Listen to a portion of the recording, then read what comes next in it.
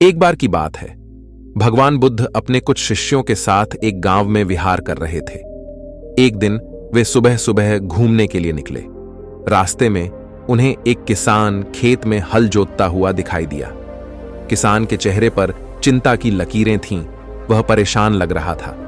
भगवान बुद्ध ने किसान से पूछा, हे किसान, तुम इतने परेशान क्यों लग रहे हो? किसान ने कहा, तथागत, मेरी फसल सूख रही है, कई दिनों से बारिश नहीं हुई है। मुझे बहुत चिंता है कि मेरी फसल खराब हो जाएगी और मैं अपने परिवार का पेट नहीं पाल सकूंगा। भगवान बुद्ध ने किसान को समझाया, हे किसान, हर चीज पर हमारा बस नहीं चलता है। हम केवल अपना कर्म कर सकते हैं। प्रकृति के नियमों पर हमारा कोई नियंत्रण नहीं है। हमें जो मिलता है उसे हमें स्वीकार करना चाहिए और अपने कर्म करते रहना चाहिए। किसान ने भगवान बुद्ध की बातें ध्यान से सुनी। उसकी चिंता थोड़ी कम हो गई।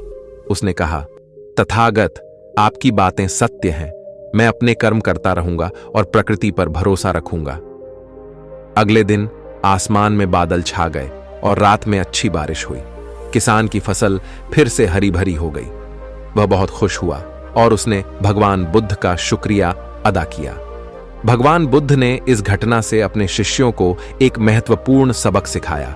उन्होंने कहा, हे शिष्यों, जीवन में कई बार ऐसी परिस्थितियां आती हैं जो हमारे बस में नहीं होती हैं। हमें इन परिस्थितियों को स्वीकार करना चाहिए और अपना कर्म करते रहना चाहिए। अगर हम अपने कर्म ईमानदारी से करते हैं तो हमें निश्चित रूप से सफलता मिलेगी।